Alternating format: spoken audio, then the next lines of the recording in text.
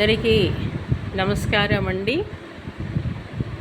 ఒక రచయిత అడగగానే అసలు నన్ను చూడడం కూడా చూడలేదు, నేను తెలియని కూడా తెలియదు. ఫోన్లోనే ఒక అబ్బాయి పవన్ అని తెలిసి నాకు, బాబు నేను ఇట్లా బుక్ రాశానమ్మా కవితలు, కొంచెం స్పాన్సర్ కావాలంటే మా బాస్ ఇస్తాడు మేడం అడగండి అన్నాడు. మీ బాస్ నెంబర్ నా దగ్గర లేదు కదమ్మా అన్న. అంటే నెంబర్ ఫార్వర్డ్ చేసి అడిగితే ఎమ్మటే ఏం కావాలమ్మా అంటే ఇట్లా బుక్ కవితలు రాశాను సార్, బుక్ స్పాన్సర్ కావాలి అన్నా. వెంటనే పాపం 30,000 ఫోన్పే చేయించాడండి. ఆ తర్వాత తెలిసింది నాకు, మా బావ కొడుకు అను జనార్దన్ గారు క్లాస్మేట్స్. మా అక్కాయి శంకరమ్మ గుళ్ళో లంక విజయబాబు గారు అని ఉంటారు, మా పెద్ద ఆయన మా బావగారు. అందరిలో 14 మంది మా వాళ్ళు విజయబాబులు. మా హస్బెండ్ చిన్న ఆయన, ఇంటికి ఒకళ్ళు పెట్టుకున్నారు మా మామయ్య వాళ్ళు అందరూ కూడా. అయితే అక్క చెప్పుకొచ్చింది, చిన్నప్పుడు విజ్ఞాన్ కాలేజీలో చదువుకున్నాడమ్మా జనార్దను, మా కిరణను ఇద్దరు కలిసి చదువుకున్నారు. చిన్నప్పటి నుంచి కూడా గుంపులు స్నేహం ఉండేవాళ్ళు జనార్దన్కి.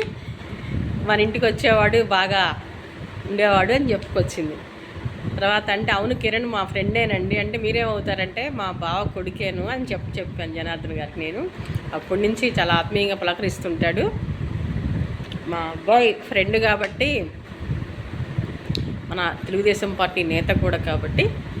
ఈరోజు పెళ్లి రోజు జరుపుకుంటున్నా అంటే ఒక మంచి మనుషుల గురించి చెప్పాల్సి వచ్చి కవిత కంటే ముందు ఇదంతా చెప్పాను. పెళ్లి రోజు జరుపుకుంటున్న జనార్దన్ గారి దంపతులకి శుభాకాంక్షలు తెలియజేస్తూ నేను వారి ఇరువురు మీద చెప్పబోతున్న కవిత.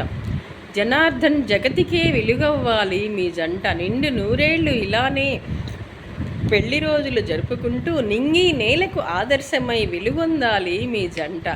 ఒంగోలులో ఓర్పుతో నేర్పుతో అడుగులు వేసే ఓటమి లేని నాయకుడిగా ప్రజల హృదయాలలో పదిలంగా ఉండేవాడు మా జనార్దన్.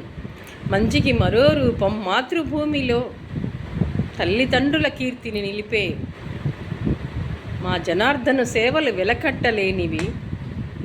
ఆ దంపతులు ఈ ధరణి తల్లి దీవెనలతో ఈ ధరణికే ఆదర్శమై వెలుగొందుతూ సేవాభావంతో ప్రజల హృదయాలలో ప్రజానేతగా 10 కాలాలు ఈ పచ్చని జంట పదిలమై చల్లగా ఆ వెన్నెల చంద్రుని దీవెనలతో వేదభూమిలో వెలుగవుతూ నిండు నూరేళ్ళు ఇలానే జరుపుకోవాలని నింగిలోని తారకరాముడు దీవించవచ్చునయ్యా జనార్దను.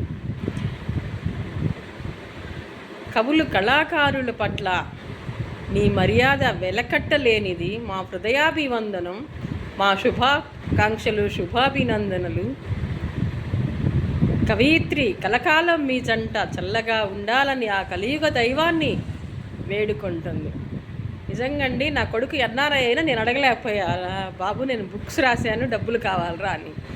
అతను ఎవరో నాకు తెలియదు, కానీ అడగగానే ఇచ్చాడు. అది ఎప్పుడు నాకు కవయిత్రిగా మేము హృదయంలో పదిలంగా ఉంటాడు. కొన్ని కోట్ల రూపాయలు జనాలకు పెట్టాము మా వారు, కానీ నాకు అది అడగాలని ఇబ్బంది పడ్డా, కానీ పాపం అడగగానే ఇచ్చాడు.